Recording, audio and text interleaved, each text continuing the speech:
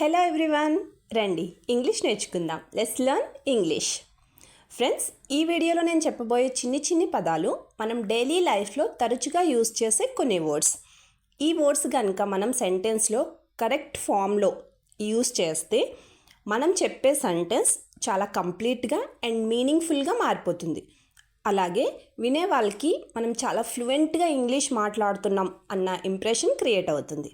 So late చేయకుండా first one, బయలుదేరు అనడానికి ఇంగ్లీష్లో టేక్ ఆఫ్. నెక్స్ట్ వన్, ఏమీ లేదు అనడానికి ఇంగ్లీష్లో నథింగ్.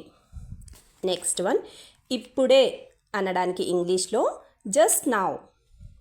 నెక్స్ట్ వన్, త్వరగా అనడానికి ఇంగ్లీష్లో హరీ అప్.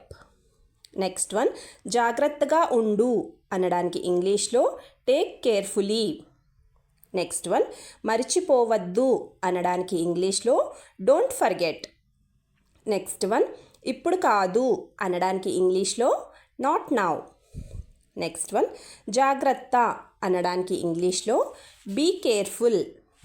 నెక్స్ట్ వన్, వదులుకోవద్దు అనడానికి ఇంగ్లీష్లో don't give up. Next one, దాన్ని పట్టుకో అనడానికి ఇంగ్లీష్లో హోల్డ్ ఇట్. నెక్స్ట్ వన్, చాలా త్వరగా అనడానికి ఇంగ్లీష్లో సో ఎర్లీ. నెక్స్ట్ వన్, తవ్వకం అనడానికి ఇంగ్లీష్లో డిగిన్. నెక్స్ట్ వన్, ఇంత అనడానికి ఇంగ్లీష్లో దిస్ మచ్.